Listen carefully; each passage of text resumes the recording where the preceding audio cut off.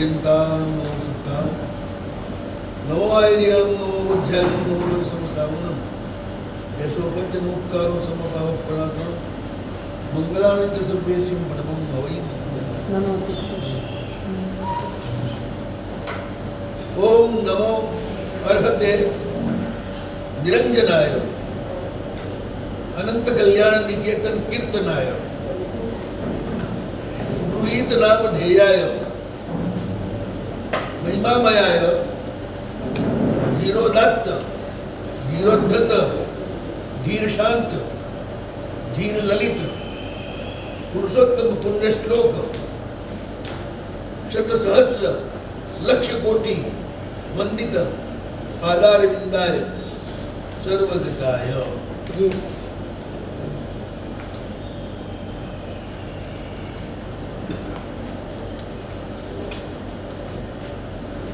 સક્રસ્તવનો નવમો આલાપક સૌથી નાનો એ શરૂ થાય છે.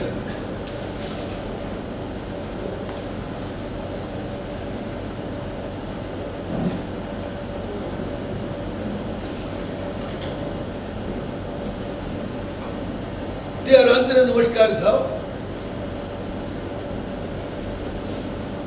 જે નિરંજન છે.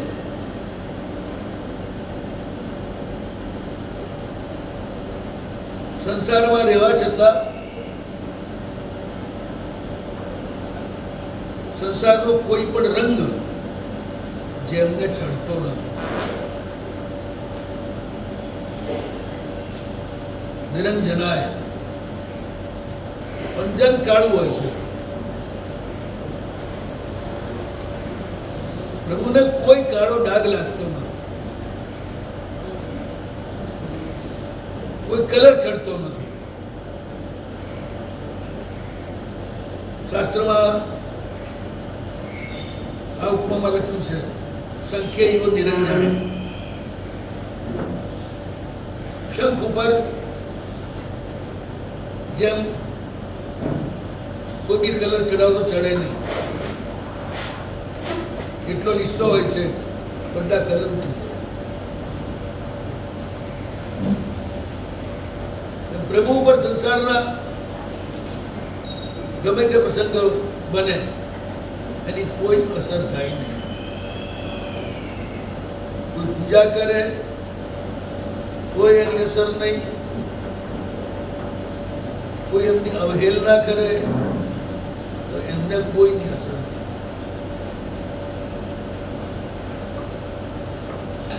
પ્રભુનું નામ છે ને એ આવું છે, નિરંજન છે. પ્રભુના નામને કશો સ્પર્શ થાય નહીં.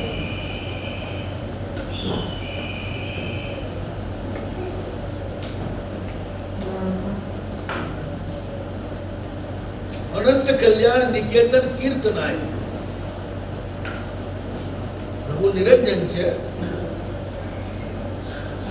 અનંત કલ્યાણ નિકેતન કીર્તનાય. એમનું કીર્તન એ અનંત કલ્યાણનું નિકેતન છે, અનંત કલ્યાણનું ઘર છે.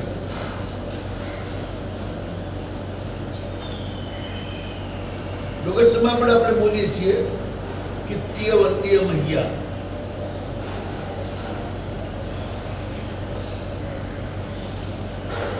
કીર્તન એટલે પ્રભુના નામનો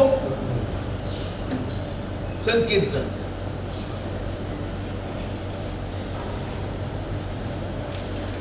પ્રભુના નામની ધૂન, પ્રભુના નામનું બોલીને સ્મરણ.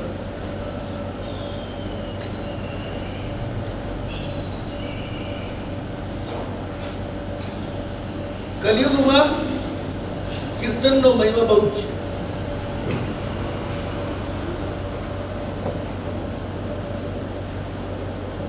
કલિયુગમાં આકાશ તત્વ પ્રદૂષિત હોય છે. આકાશ તત્વ પ્રદૂષિત થાય તો મને આકાશનું પાર્થ છે ને મન પણ પ્રદૂષિત થાય.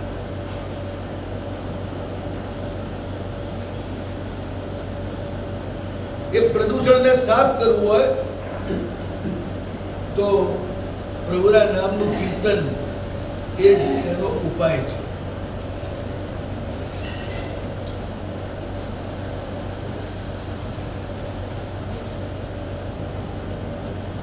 નમસ્કાર મહામંત્ર એનું કીર્તન, એના ઉપર પ્રયોગો થયા. 100 માણસ ભેગા થઈ 1 કલાક નમસ્કાર મહામંત્રની ધૂન મચાવે, એક લય એક સ્વરથી, તો 1 કિલોમીટરની અંદર જેટલો નેગેટિવ ફોર્સ હોય એ આખો સાફ થઈ જાય, ખતમ થઈ જાય. નેગેટિવિટી ખતમ થઈ જાય, પ્રદૂષણ ખતમ થઈ જાય, ચિત્તને વિષાદમાં લઈ જનારું આખું વાતાવરણ ખતમ થઈ જાય.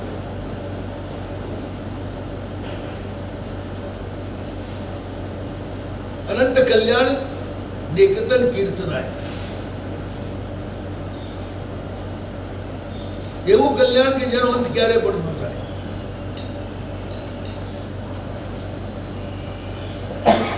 પ્રભુના નામનું જે કીર્તન કરે છે હંમેશા એ બહુ જ જલ્દી પરમ કલ્યાણ તો ભાગી થઈ જાય છે.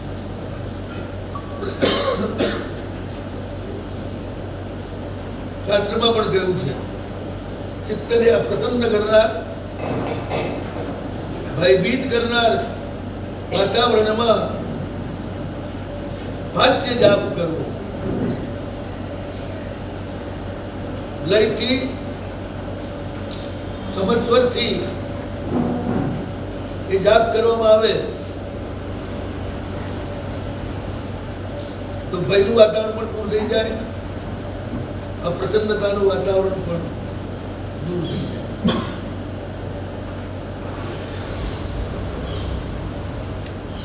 પ્રભુ પોતે તો કલ્યાણ કરનારા છે, પણ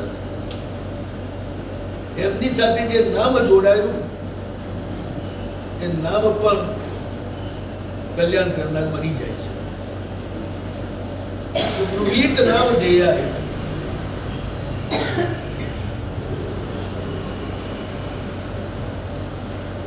સવારના પરમાં સૌથી પહેલું જેનું નામ લેવાય એવા એ પરમાત્મા છે.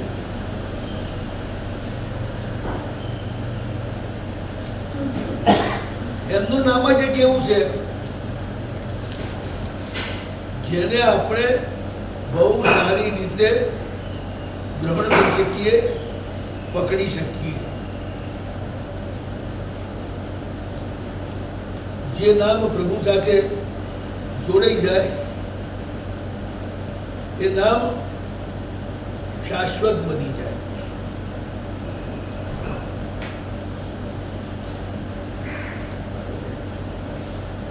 ચિત્તને સ્થિર કરવા માટે જ્યારે પણ ચિત્ત વિષન્ન હોય, અપ્રસન્ન હોય,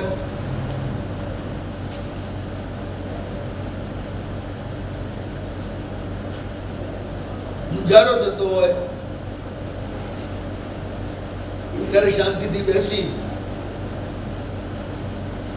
અને ભગવાનનું નામ લેવાની શરૂઆત કરો.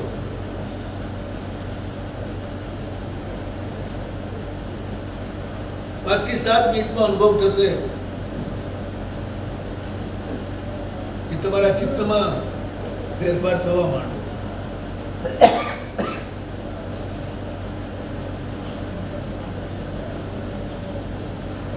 પચાસેક વર્ષ પહેલા અમે લોકો શંખેશ્વરમાં હતા, અરે શંખલપુરમાં હતા. શંખલપુરથી બહુચરાજી 1.5 કિલોમીટર થાય. શંખલપુરમાં 40 ઘર ખુલ્લા, પણ બધાની દુકાનો બહુચરાજીમાં. સવારે બધા ચાલીને જાય દુકાને. એ જમાનામાં 2 વ્હીલરે નહોતા, 4 વ્હીલરે કોઈ લાવતું નહોતું. આ 2 વ્હીલર જ હતા. ચાલીને જાય ને ચાલીને આવે. કોઈના પગ દુખે નહીં, કોઈને બેસવા માટે ખુરશીની જરૂર પડે નહીં. આજે છે ને અડધા તો ખુરશીને ઉપર બેવાવાળા છે ને બધા શોખ જ પૂરો કરતા હોય છે. બાકી હમણાં સાપ નીકળે તો બધા દોડીને જાય, એકે અટકે નહીં.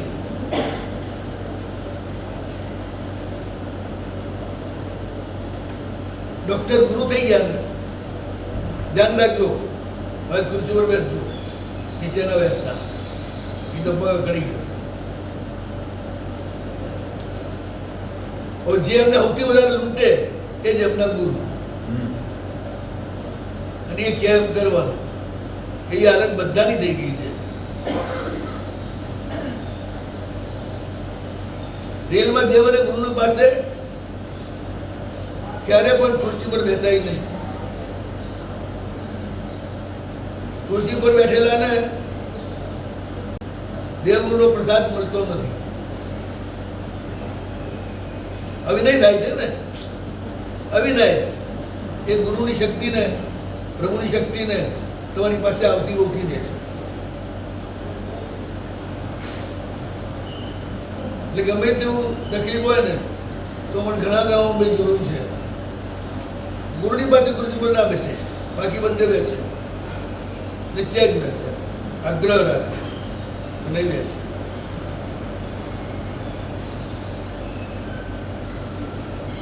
એક ભાઈ બાજુના ગામડેથી રહેવા આવેલા શંકરપુરમાં, 4 છોકરા, ઘર એકદમ સમૃદ્ધ.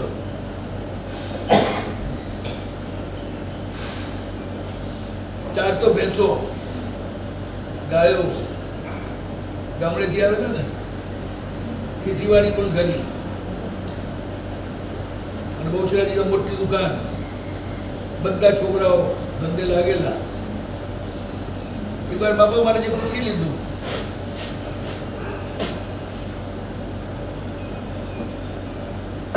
કેમનું ચાલે છે તમારે?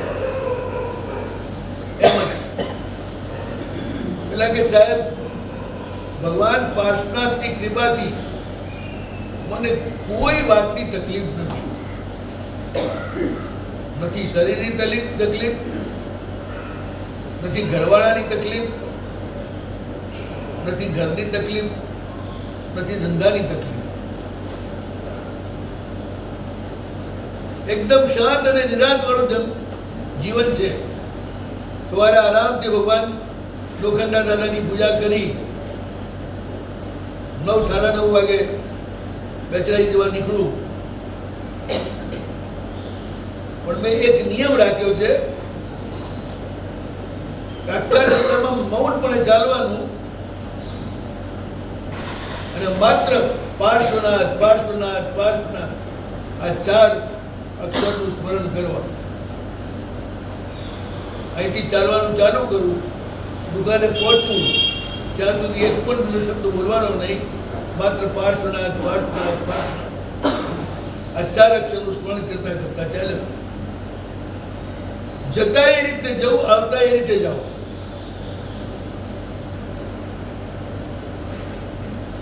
એ પ્રભુના નામના સ્મરણે ગુરુદેવ મને બધી રીતે અભ્યુદય આપ્યો. કોઈ વાતની કમી નથી. 4 છોકરા છે, છોકરાઓ ત્યાં પણ છોકરા છે, દીકરીઓ પણ છે, વહુઓ બધી ભેગી રહે છે, કોઈ જુદી રહેતી નથી. ઘરે દૂધાણું છે, ઘરનું દૂધ, ઘરનું ઘી,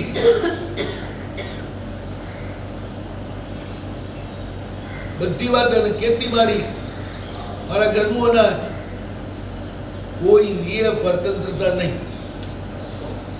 બધું જ મને આધીન આ મારા પ્રભુના નામના પ્રતાપ છે.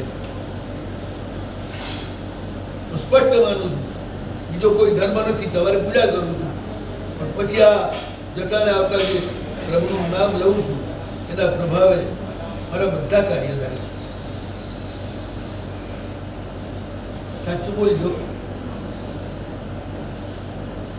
ઘરેથી દુકાને જતા ભગવાનનું નામ કેટલી વાર યાદ આવે કે બધી ઉપાધિઓ જ યાદ આવે?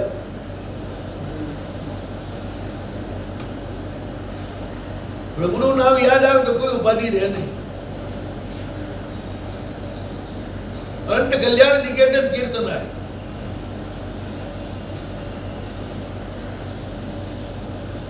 આમાં કલ્યાણ શબ્દ છે ને. કલાયામ ભવમ કલ્યમ. કલ્ય એટલે સૂર્ય ઉદયનો સમય, પ્રભાત. કલ્ય એટલે શક્તિનો પુંજ, એને પ્રગટ થવાનો સમય, એનું નામ કલ્ય.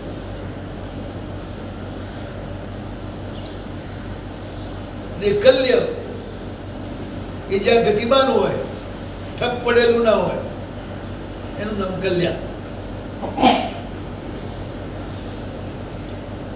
પ્રભુનું કલ્યાણ. કલ્યાણમ અસ્તિ યસ્ય તત્ કલ્યાણ.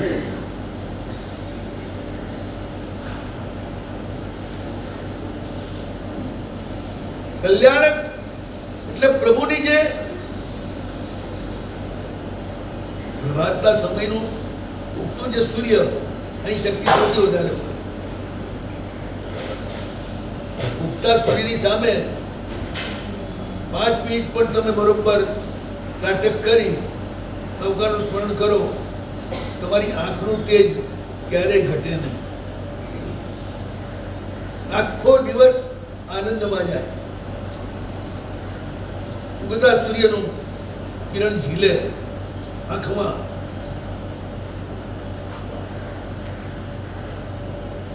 સૌથી વધુ એમાં પાવર હોય છે, જીવનીય શક્તિ હોય છે.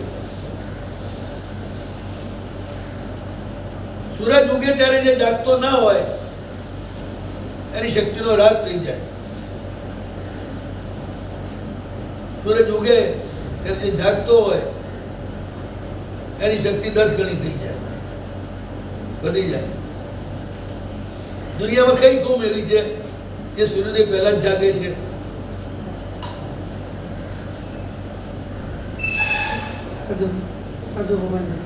જો પંખીઓ જાગી જાય બધા સૂર્યોદય પહેલા, ફૂલ જાગી જાય બધા સૂર્યોદય પહેલા, પશુઓ પણ જાગી જાય.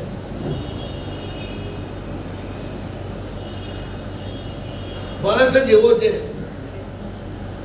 જે પાંખામાં રહી જાય છે, સૂર્યોદય પહેલા જાગતો નથી. પણ સૂર્યોદય પહેલા જાગવા વાળી એક કોમ છે. કઈ કોમ? પારસી. પારસી બધા જ સૂર્યોદયથી 2 ઘડી પહેલા જાગી જ જાય. હિન્દુસ્તાનમાં બહારથી આવેલા એ લોકો ભળી ગયા. પારસીઓને શુદ્ધ આર્યો, ભોગાદિશમના વંશજો. પારસીમાં પૂજન પૂરું થાય છે ખબર છે? આતશ. આતશ એટલે કોણ? આદિનાથ ભગવાનની ચિતાનો અગ્નિ લઈ અને સંગ્રહિત કરી અને જેને સાચવ્યો એ આખું.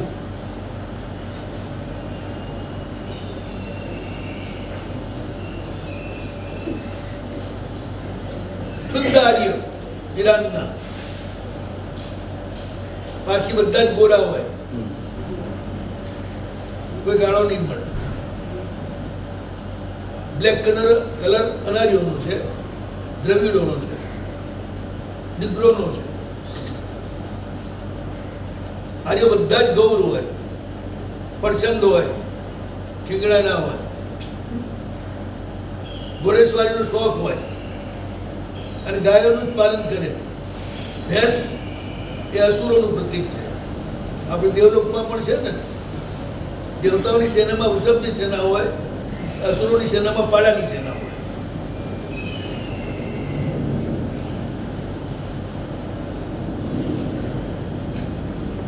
ભેંસ અસુરોનું પ્રતીક છે. એ અસીરિયામાંથી આવ્યું. અસુરો અસીરિયામાં રહેતા હતા. આ સિરિયા છે ને, રોજ લડે છે ને, ત્યાં મરચું લાલ અને ભેંસ આ બે અસીરિયાથી આવ્યા. આર્યો મરચું બધા ખાતા,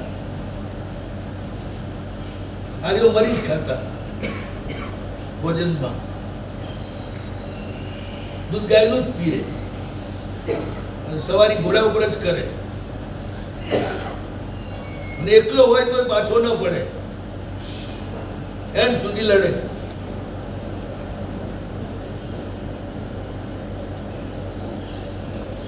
પારસી કોમ આટલી નાની હોવા છતાંય હોમી બાબા એને આપ્યા. સૌથી મોટો વૈજ્ઞાનિક ટાટા એને આપ્યો, જેને આ દેશમાં સૌથી પહેલા ઉદ્યોગો સ્થાપ્યા. અને પાકિસ્તાનનું યુદ્ધ જીતનાર માણેકશા એ પણ એને આપ્યા. એ નાની કોમનો કોઈ ઝઘડો આજ સુધી હિન્દુસ્તાનમાં સાંભળ્યો છે? પરદેશથી આવેલા છે. મિયાઓનો ઝઘડો છાસવારે કોઈ પારસીનો ઝઘડો સાંભળે છે કોઈની જોડે? એ લોકો આ અતિષ્ઠ પૂજે. ભગવાન ઋષભના સીતાના અગ્નિને જે લોકોએ સાચવ્યો, એવી રીતે જ્ઞાતિઓ કોમ એમાં એમનો નંબર આવે. એટલે કોઈ યુગલિક કાળમાં જ બધા રિવાજો રાખ્યા છે આજ સુધી. તમને ખબર છે મર્યા પછી દાહ કેટલી જાતના? મર્યા પછી દાહ કેટલી જાતના? ખાલી અગ્નિદાહ અને ભૂમિદાહ બે તમે જાણો છો. હિન્દુઓ અગ્નિદાહ કરે શબનો, મુસલમાનો ભૂમિદાહ કરે.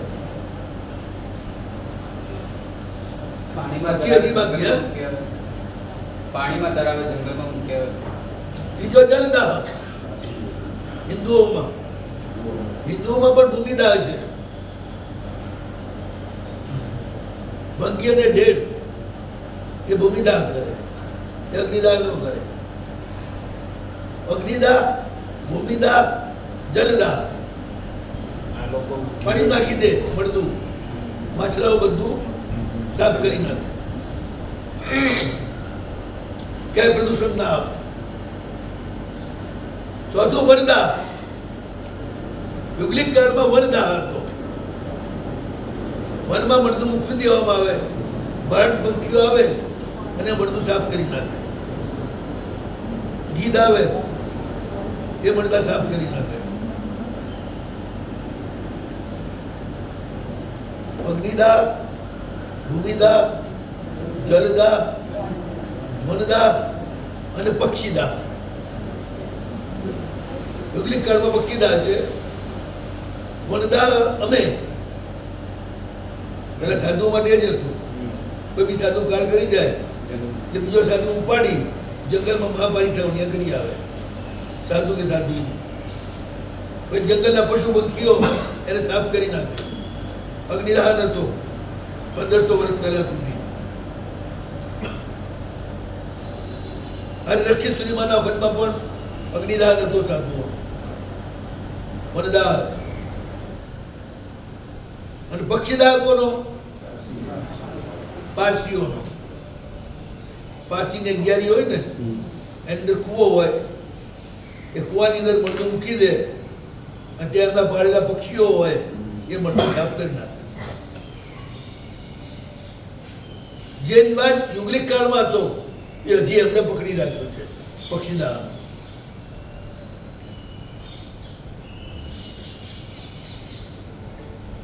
મુનિઓનો અગ્નિદાહ એટલે શરૂ થયો કે પરલોકની બધી ક્રિયાઓ બહુ વિચિત્ર છે. કોઈ વ્યક્તિ કાળ કરી જાય ને પછી પણ એના અંગ ઉપર અમુક ક્રિયા કરે તો ગમે તે દેવગતિમાં ગયો, ગમે તે ગતિમાં ગયો, ત્યાંથી ખેંચાઈ ના આવે એના વડદા ઉપર. અને ખેંચી ના આવે આત્મા, પછી જેને ખેંચ્યો હોય એને જે ઉપયોગ કરવો એ કરે. હવે મુનિનો આત્મા તપના કારણે અત્યંત બળવાન હોય છે. મુનિનું તેજસ શરીર પણ બળવાન હોય છે. તો એ સાધકો છે, તંત્રના સાધકો છે, એ ચિતા ઉપર ક્રિયા કરી, ચિતા પર શું એ મડદા ઉપર ક્રિયા કરી મુનિના એમનું આહ્વાન કરે અને પછી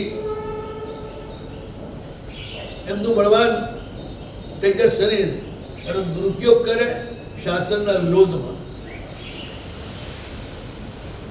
મુનિઓની ખોપરી લઈ લે અખંડ, અને ખોપરી ઉપર પણ એવા પ્રયોગો કરતા. આ વાતનો ખ્યાલ આવી ગયો આચાર્યોને કે પ્રત્યનિયોજન શાસનના આ રીતે દુરુપયોગ કરી રહ્યા છે. એટલે પછી અગ્નિદાહ શરૂ કરાયો. સંપૂર્ણ બાળી નાખો શરીરને, જેથી જે શાસનના દુશ્મનો દુરુપયોગ ન કરી શકે. ધારે રક્ષિત સુરીમાનો અગતમાં આવે જ છે. એમના પિતાજી મુનિનું શરીર ખભે ઉપાડી અને જંગલમાં વિસર્જન કરવા જાય છે. એના પર તો ઘણા બધા સુખ જ જોવાય. સવે ગ્રંથશાળાની અંદર આખું ચેપ્ટર છે. કાળ કરી ગયેલા મુનિ બીજા દાડે એમનું મરદું કઈ રીતે પડ્યું છે, માથું કઈ બાજુ ગયું છે, ધડ કઈ બાજુ ગયું છે, પગ કયા બાજુ ગયા છે, આ બધું જુએ. એના ઉપરથી સમુદાયનું ભવિષ્ય જોવાય. જે સમુદાયના મુનિ હોય એનું ભવિષ્ય કેવું છે એના ઉપરથી જોવાનું.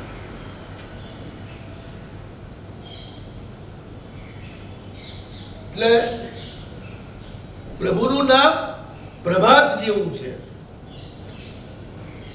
પ્રભાત જેમ ઉર્જાથી ભરપૂર છે, અને પ્રભાતમાં જે જાગે એ પણ ઉર્જાથી ભરપૂર થઈ જાય, એ થાકે નહીં. એની બુદ્ધિ જે છે ને ગમે તેની વાતથી કન્વિન્સ થાય નહીં. આજ તો તમે ડોક્ટરોની વાતમાં આવી જાઓ, જાહેર ખબરોની વાતમાં આવી જાઓ. નવી છોકરીઓ તો ટીવી પર જાહેર ખબરો જોઈને જ એના છોકરાને કઈનું કંઈ ખવડાવે જતી હોય છે. કોઈની અક્કલ ઠેકાણે હોતી જ નથી, બધાની વેચાઈ ગયેલી હોય છે. મોડા જે ઉઠવાવાળા છે ને એ બધાની અક્કલ વેચાઈ જાય.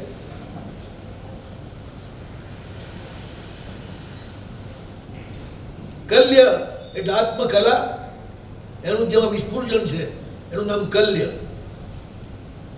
અને એનો જે પ્રવાહ એનું નામ કલ્યાણ. પ્રભુનું કલ્યાણ થાય એટલે આખા વિશ્વમાં પરમ ઉર્જાનો પ્રવાહ વહે, એટલે એને કલ્યાણ કહ્યું. અને વિસ્ફોટ થાય ને એવો જ વિસ્ફોટ થાય પ્રભુનું કલ્યાણ થાય ત્યારે. જો બોમ્બ ફૂટે ને એટલે પહેલું શું થાય? પહેલું અજવાળું દેખાય, પછી ભયંકર અવાજ આવે ધડાધડીનો, અને પછી કંપન શરૂ થાય. જબરદસ્ત બોમ્બ વિસ્ફોટ થયા હોય ને તેનું એટલું જબરદસ્ત કંપન હોય, મકાનોમાં તિરાડ પડી જાય, કાચ ફાટી જાય, આવું કંપન થાય. એમ પ્રભુનો જન્મ થાય એટલે પુણ્યનો વિસ્ફોટ થાય છે. દક્ષિણાવર્ત, વામાવર્ત વિસ્ફોટ થાય તો વિનાશ થઈ જાય, દક્ષિણાવર્ત વિસ્ફોટ થાય તો સર્જન થાય. આ જે બોમ્બ ફૂટે છે ને અણુબોમ્બ આજના, એ બધા વામાવર્ત વિસ્ફોટ છે, એટલે બધો નાશ કરી નાખે છે. એવો જો કોઈ બોમ્બ દક્ષિણાવર્ત વિસ્ફોટ તો ફોડી શકે તો મરેલા જીવતા થઈ જાય, ઊભા થઈ જાય. એટલી તાકાત છે દક્ષિણાવર્ત વિસ્ફોટમાં. જે લોકો અકાળ મૃત્યુ પામેલા હોય એ બધા પાછા જીવતા થઈ જાય. 7 દિવસની અંદર એ વિસ્ફોટ થાય છે. પ્રભુનો જ્યારે આ કલ્યાણક એના દ્વારા આખા વિશ્વમાં જીવનની ઉર્જા ફેલાય છે. જેમ પ્રભાતમાં જીવનની ઉર્જા ફેલાય છે એ જ રીતે પ્રભુનું જ્યારે બી કલ્યાણક થાય ત્યારે પ્રભાત જ થઈ જાય. એ જ કલ્યમ. તો અનંત કલ્યાણ નિકેતન કીર્તનાય. પ્રભુનું નામ તમે લો એટલે તમારી આજુબાજુ આખી ઉર્જા જે છે એ દક્ષિણાવર્ત ભૂમવા માંડે.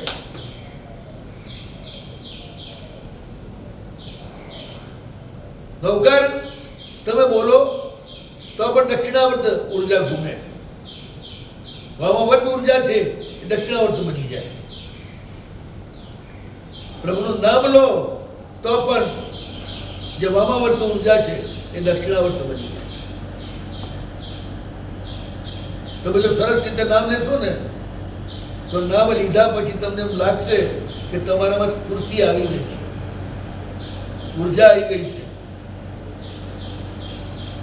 તમારી ઠંડાઈ ઉડી ગઈ છે, તમારી આળસ ઉડી ગઈ છે. એ અનુભવ થશે. પ્રભુના નામનું એવું જબરદસ્ત સામર્થ્ય છે. અને લેવા જેવું હોય તો પ્રભુનું નામ જ છે, બાકી કશું લેવા જેવું નથી. નામમાં નામીનો પ્રભાવ તો હોય જ છે. જેનું નામ હોય એનો પ્રભાવ આવી જાય. નામમાં નામ સાથે તમે જોડાયેલા હો છો. પ્રભુ જોડાયેલા છે. નામ ગ્રહણતા આય મિલે મને ભીતર ભગવાન. જેનું પણ નામ લો એની અસરમાં તમે આવી જાઓ. એટલે ગમે તેનું નામ ના લેવાય. કંજૂસનું નામ હવાના પરમાં ના લેવાય. દાતાનું નામ જ લેવાય.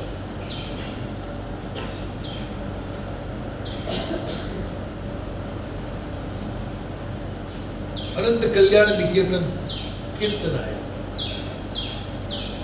નામનો તો એટલો જબરદસ્ત પ્રભાવ છે કે ના પૂછો વાત.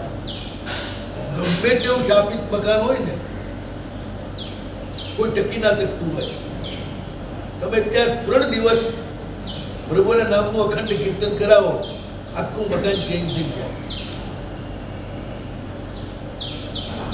બધું બદલાઈ જાય.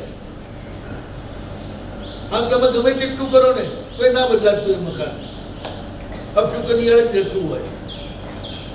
જ્યાં આવે એનો દાડો ઉઠી જતો હોય. પણ ત્યાં જો 3 દિવસ અખંડ પ્રભુના નામનું કીર્તન થાય, ચાહે ઓમ નમો ઋષભાય હોય તો ઓમ નમો વર્ધમાનાય હોય, કે પછી પરમાત્મા બુદ્ધિથી લેવાતું શ્રી કૃષ્ણ શરણમ મમ હોય, ઓમ નમો ભગવતે વાસુદેવાય હોય, ઓમ નમઃ શિવાય હોય. નામ પરમાત્માનું છે ને, બસ વાત પૂરી. પરમાત્મા બુદ્ધિથી લેવાતું નામ પરમાત્મા સાથે જોડાય છે. ત્યાં વ્યક્તિ ગાયબ થઈ જાય છે. અનુભવ આ વાત કરે છે. બાકી તો સાંપ્રદાયિક બંધનો હોય એટલે ભેળસેળ ન થાય ઉપાસકોમાં. એટલે એને કહેવામાં આવે આ જ નામ લેવાય, આ નામ ના લેવાય. એ બી ઠીક છે, બાકી ખોટું નથી. બધી સ્કૂલોમાં સરખું શિક્ષણ હોય, પણ ગમે તે એક જ સ્કૂલ પકડાય કે બધી સ્કૂલ ના પકડાય. આજે આ સ્કૂલમાં જાય, કાલ પેલી સ્કૂલમાં જાય, કાલ પેલી સ્કૂલમાં જાય તો એક ઠોઠીઓ ભણે નહીં, ઠોઠીઓ જ રહે. એટલે બાળકીઓ માટે આ બંધન જ છે કે તારે આ જ પકડવાનું, પેલું નહીં. એ બી ઠીક છે, પણ બાકી પ્રતીકો જે પરમાત્માના છે એ બધી સ્થિતિમાં પરમાત્માનું જ કાર્ય કરે.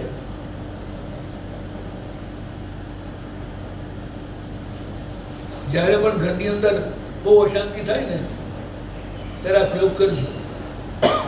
બધા ભેગા થઈ અને પ્રભુના નામનો જાપ કરજો. ક્યાંય ભૂવા ભૂપાની પાછળ ના જવું, કશું ના કરવું. આમનો બહુ જબરદસ્ત પ્રભાવ છે.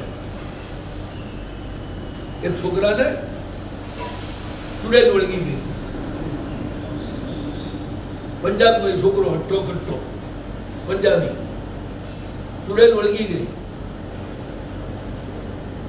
રોજ રાત પડે ને ચૂડેલ આવી જાય, બધા નજરે દેખાય.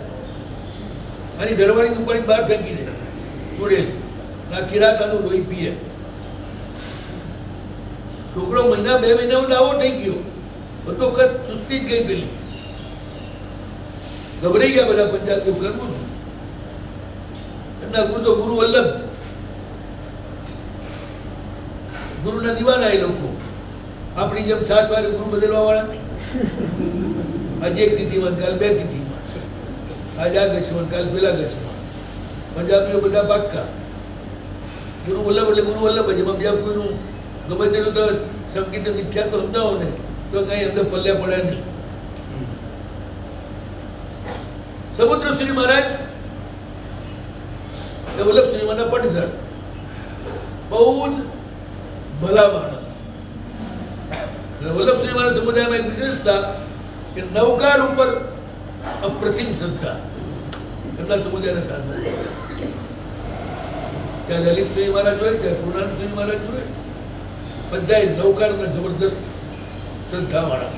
એટલે જ મારા ગુરુમાજ ઉપર પણ એ લોકોને બહુ જ પ્રેમ અને આદર. પંડ્યાજી મહારાજ પણ નૌકાની જ વાત કરે છે. પુણ્યવિજય મહારાજ એમના બહુ મોટા ગજાના વિદ્વાન હતા. એકવાર મારે વાત ચાલી એમની સાથે, તો નાનકડો એ 75 વર્ષના, હું એકદમ 70 વર્ષનો. મારા ઉપર બહુ જ એમની લાગણી. એકવાર મને કે ધુરંધર, મને નૌકાર સિવાય કોઈના ઉપર શ્રદ્ધા નથી. એક નૌકારને જ હું માનું છું, એના પર મને પરમ શ્રદ્ધા છે. સમુદ્રશ્રી મહારાજ પાસે પંજાબીઓ ગયા ને વાત કરી છોકરાને લઈને કે ગુરુદેવ જો આની હાલત, આ સ્થિતિ થઈ ગઈ છે. ના તો બહુ ભલા માણસ, લાગ પડે ને તો બળદિયાને ધર્મલાભ કહી દે. જો બળદી આમ માથું હલાવે એટલે એમને લાગે કે મારું માથું નમાવશે, એટલે એને કે ધર્મલાભ. પણ એમના ધર્મલાભથી માંદા પડેલા બળદિયા ઉભા થઈ જતા.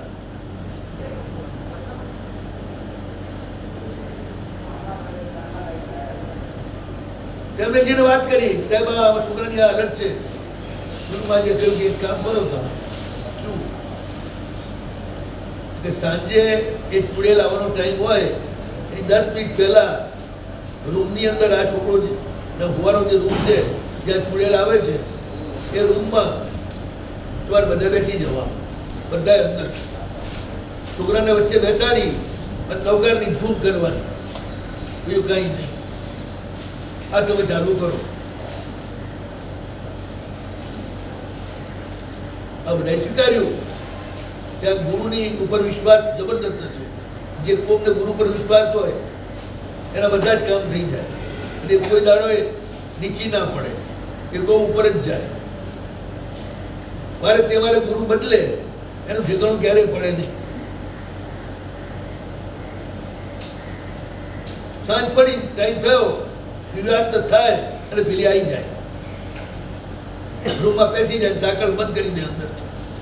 આખી રાત પહેલા ને ચૂસે. આ લોકો બધા બેસી ગયા રૂમ ખુલ્લી રાખીને, અને નૌકાની ધૂમ શરૂ કરી. 10 મિનિટ પહેલા જ સૂર્યાસ્ત થયો ને પેલી 2 ધડક આવી, અંદર ધમધમાટ કરતી આવીને રૂમની બહાર અટકી ગઈ. ચૂડેલ જે છે ને આમ એટલી બધી દેખાવડી હોય કે ભલભલો ફસાઈ જાય. પણ જ્યારે એ વિકરાળ રૂપ કરે ને તો તમારું હાર્ટ એટેક આવી જાય, એટલું રૂપ એ કરે ભયંકર. પેલી આવડા મોટા દાંત કાઢ્યા અને નાચ્યા ભરવા લાગી. આ બોલો છે એ બંધ કરો, બોલો છે એ બંધ કરો, તમને બધાને ખાઈ જઈશ. ગુરુમાં જે કહેલું કે ગમે તેટલી ધમકી આપે નૌકાર બંધ ના કરતા. પેલી ધમકી આપે છે પ્રગટ થઈને, બધા જુએ ચુડેલને, પણ રૂમની બહાર ઊભી રહી, રૂમની અંદર ના આવી શકે. આ લોકો ચાલુ જ રાખી. દેવ દેવતાઓનો એક સમય છે કે જેને આવવાનું હોય એ 2 ઘડી દરમિયાન જ આવી શકે. કાળની જે સૂર્યાસ્ત પછીની 2 ઘડી છે એ 2 ઘડીમાં કાં તો અંદર આવે, નીચે બાજુ જવું પડે. આ લોકોએ તો જાપ ચાલુ જ રાખ્યો. પેલી બહાર ઊભી ધમાલ કર્યા કરે, ધમકીઓ આપ્યા કરે. આ લોકો ડરે નહીં અને નૌકર બોલે જાય. પેલી અંદર પહેરી શકે નહીં, અંદર આવી શકે નહીં. છેવટે થાકી ટાઈમ પૂરો થયો એટલે ભાગી ગઈ.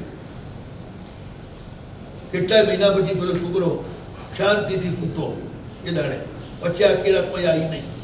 એ લોકોને આવવાનો જે ટાઈમ હોય એ ટાઈમે જ આવી શકે, એ સિવાય ના આવી શકે. ત્યાં બધા નિયમો છે દેવતાઓમાં. આપણી જેમ બધી વાતની છૂટ નહીં. ભાવે તેમ આવો, ભાવે તેમ જાઓ. બીજો દિવસ ઉગ્યો, છોકરાને બહુ શાંતિ થઈ ગઈ અને આ લોકોએ એક સાંજ પડી નૌકાર શરૂ કર્યા. ચૂડેલ હવે ઘરના 3 ભાગ હતા. એ રૂમની બહાર આખું ઘર, એનો દરવાજો, એની બહાર કમ્પાઉન્ડનો દરવાજો, 3 દરવાજા હતા.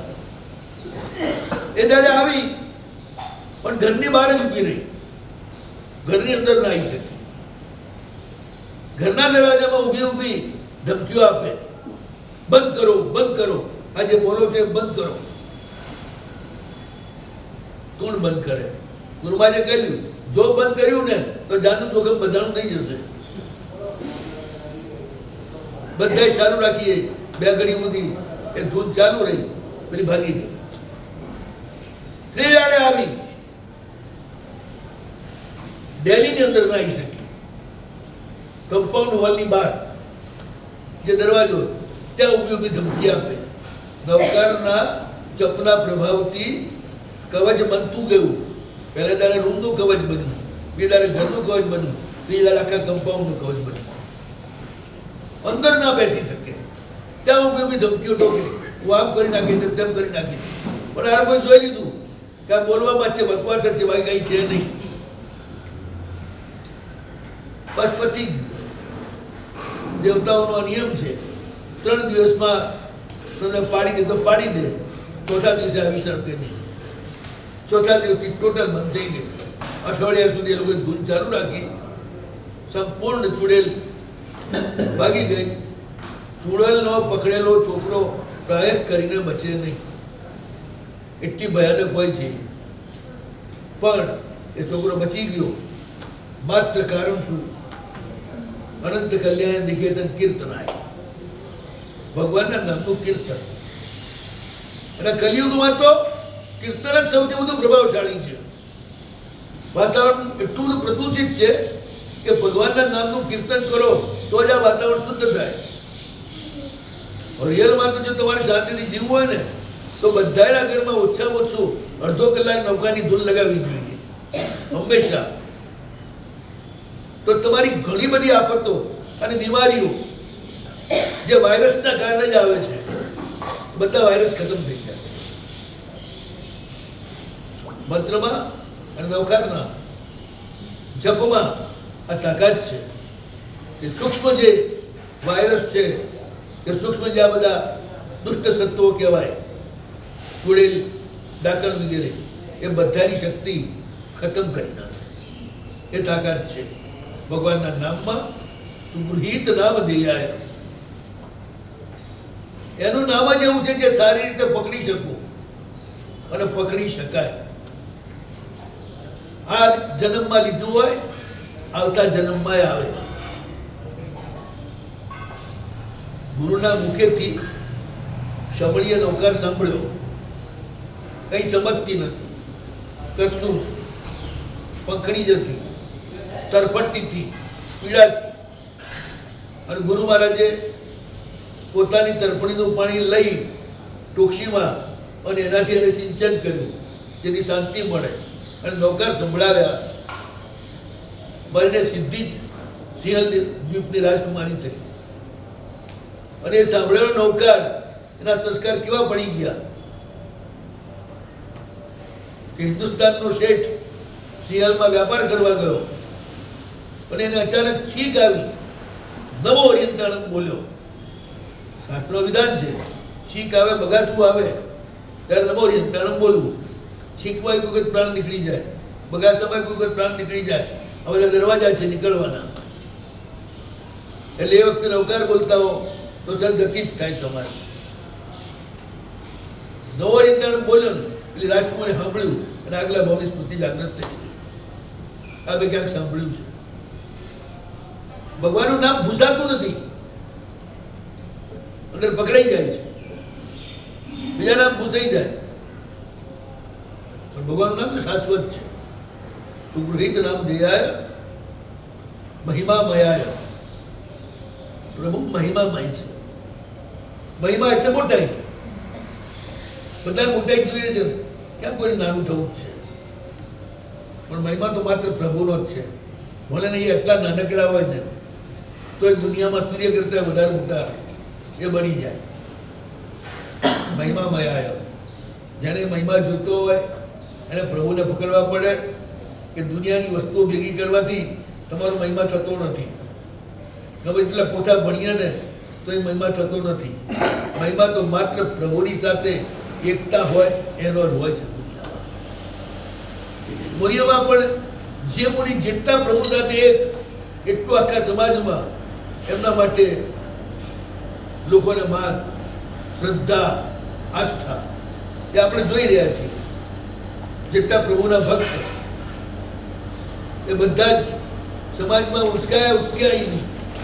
એટલા બધા એમનો મહિમા વધી ગયો. પ્રભુ સિવાય મહિમા વધે જ નહીં. પ્રભુ આવે ને તો જ તમારું વજન પડે, બાકી તમારું વજન છે જ નહીં. સૂકા પાંદડાની જેમ એક ફૂંક લાગે ને ઉડી જાઓ, એ હાલત છે. પણ જો પ્રભુ અંદર આવી ગયા તો પતી ગયું.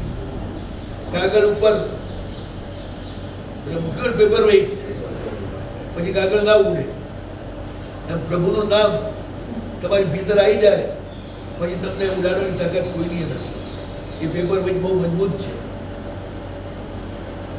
ધીરોદત્ત, ધીરોદ્ધત, ધીર શાંત, ધીર લલિત. નાયકોના 4 પ્રકાર છે. એક ધીર છે અને ઉદાત્ત છે. એક ધીર છે અને ઉદ્ધત છે. એક ધીર છે અને શાંત છે. અને એક ધીર છે અને લલિત છે. ધીર તો બધામાં લાગવું જોઈએ. પુરુષ પહેલા ધૈર્ય હોવું જોઈએ. પુરુષમાં ધૈર્ય ન હોય તો પુરુષ નથી. કેટલાક પુરુષો ધીરોદાત્ત હોય છે, કેટલાક પુરુષો ધીરોદ્ધત હોય છે, કેટલાક પુરુષો ધીર લલિત હોય છે, કેટલાક પુરુષો ધીર શાંત. ધીર શાંત યુધિષ્ઠિર વગેરે આવે. ધીર લલિતમાં શ્રી કૃષ્ણ આવે. ધીરોદાત્તમાં નળ આવે.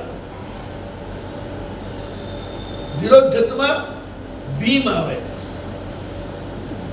ધીર ખરો પણ ઉશ્કેરાઈ જેવો પાછું ઉદ્ધત. કાવ્યશાસ્ત્રમાં નાયકોના 4 પ્રકાર છે. વિલન એટલે ખલનાયક અને નાયક. કોઈ પણ ફિલ્મ હોય તો નાયક ને ખલનાયક હોય, ઈશ્વર મજા જામે જ નહીં. દરેક વસ્તુમાં નાયક ને ખલનાયક, આ બધાને નાયકમાં ગણ્યા છે. આ બધા જ જે પુરુષો છે એ પુરુષોત્તમ ગણાય છે અને પુણ્યશ્લોક ગણાય છે. એ જેનું નામ સવા નંબરમાં લેવાય, રામચંદ્રજી. ધીર શાંત બધી જ પરિસ્થિતિમાં એમનું નામ લેવાય બધે. નલ, ધીરોદાત્ત, ગમે તે પરિસ્થિતિમાં એની ઉદાત્તતા એને નથી છોડી, તેનું નામ લેવાય. ભયંકરમાં ભયંકર અપશુકન થયું એને, ખાલી નલ દમયંતી 7 વખત બોલી નીકળો એ બધા અપશુકન ટળી જાય, બધા અપશુકન ખતમ થઈ જાય. નલ દમયંતીના નામમાં એટલું તો પ્રભાવ છે. રામ નામનો પણ પરમાત્મા તરીકે એનો મોટો પ્રભાવ છે. રામ બોલે તો બધું પાપ નીકળી જાય. માં બોલે એટલે દરવાજો બંધ થઈ જાય. રામ રા બોલે એટલે મોઢું ફાટે, ફાટે એટલે પાપ બધું બહાર. બોલે એટલે દરવાજો બંધ, પાપને હવા માટે. હવે નામ જ પ્રભાવશાળી હોય છે. રામચંદ્રજીમાં જે સ્વાર્થને ગૌણ કરવાની તાકાત, એમાં એમના નામમાં પણ એટલું સામર્થ્ય આવી ગયું. કંઈ નહીં, મારો હક પપ્પા એમ કે છે કે નાના ભાઈને ભરતને આપવું છે રાજ્ય, શું આપતા? પપ્પાની મરજી, બાકી મારે કંઈ કરવાનું હોય જ નહીં. પપ્પા કે જાઓ 14 વર્ષ વનવાસ કરો. ભલે ખબર છે કે નવી મમ્મીના કારસ્તાન છે, પણ ન તો નવી મમ્મીને કંઈ કહીને એક શબ્દ પણ કહે છે, એમના પપ્પાને પણ એક શબ્દ કહે છે, અને વનવાસ માટે ચાલી નીકળે છે. આની પાછળ પણ જબરદસ્ત ઇતિહાસ છે. રામ પણ જન્માંતરોમાં નવકારના ઉપાસક ઋષભદત્ત શેઠ હતા, અને ત્યાંથી એમની સાધના શરૂ થઈ અને રામ બન્યા. નવકારના ઉપાસકો જેમ જેમ જન્માંતર એમનો આવતો જાય તેમ તેમ ઉચ્ચતમ સ્થિતિમાં જતા જાય. નવકાનો ઉપાસક બધાનો ભાગ આપે, કોઈમાં ભાગ લેવા ના જાય. જે ભાગ આપે એનું નામ ભાગ્યવાન, જે કોઈને ભાગ ના આપે એનું નામ અભાગ્ય.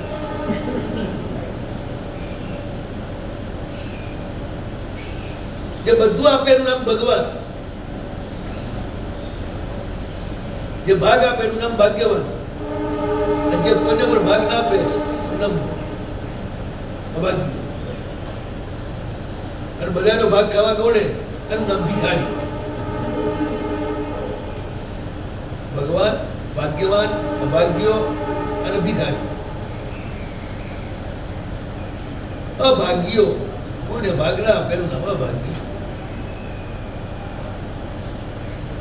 અને બધાનો ભાગ માંગે એનું નામ ભિખારી. દુનિયામાં ભિખારીઓની બહુ બધી હોય છે, ભાગ્યવાન બહુ ઓછા હોય છે. ભગવાન તો કોઈ જ નથી. આ બધા ચારે પુરુષો જે છે ને, ચારેમાં એક વિશેષતા છે. પ્રત્યેક પરિસ્થિતિમાં ધીર હોય અને આપનારા જ હોય, માંગનારા નહીં. નળે માંગ્યું નથી, રામે માંગ્યું નથી, યુધિષ્ઠિરે પણ માંગ્યું નથી, ભીમે પણ માંગ્યું નથી. પુણ્ય શ્લોક શત સહસ્ર લક્ષ્ય કોટી વંદિત પાદાર વિંદાય. આવા જે વિશ્વના ઉચ્ચતમ એક નહીં લાખો પુરુષો જેનું નામ પ્રભાતમાં લેવા એવા, એમણે પણ જેમને વંદન કર્યું છે એવા પરમાત્મા વિશ્વના શ્રેષ્ઠ નાયકોમાં ગણાય. શ્રી કૃષ્ણ, શ્રી રામ, નર, યુધિષ્ઠિર, ભીમ, અર્જુન વિશ્વના શ્રેષ્ઠ નાયકોમાં ગણાય. અને બધાય પ્રભુના ચરણોમાં દાસ.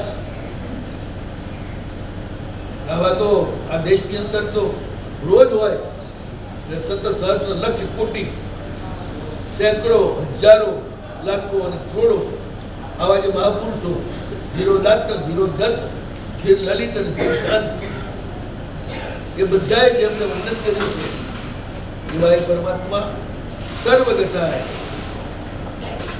જે બધામાં જાય છે. પરમાત્મા બુદ્ધિથી કોઈને પણ ભજો તમે, ચાહે પિંડીને ભજો, ચાહે મૂર્તિને ભજો, ચાહે ગમે તે નામ લો, પ્રભુ સર્વત્ર છે, સર્વગતાએ. કોઈ જગ્યા એવી નથી જ્યાં પ્રભુ ના હોય. એમને નમસ્કાર થાવ. આ જલ્દીમાં જલ્દી 9મો આલાવો એક જ દાડા પૂરો થઈ ગયો. અખંડા કરો એના 2 ટુકડા ના થયા. નવું છે ને, નવ અખંડાંક છે ને, એ આખો આલાવો પૂરો થઈ ગયો. કાલથી 10મો આલાવો શરૂ થશે. નવો વરિયંતાનો સિદ્ધાંતમાં આવી જાય. ઉચ્ચારણ મૂલે શુભ સામ એસો પંચન મુક્કાર શુભ પ્રણામ મંગલારચ સર્વે સિંહ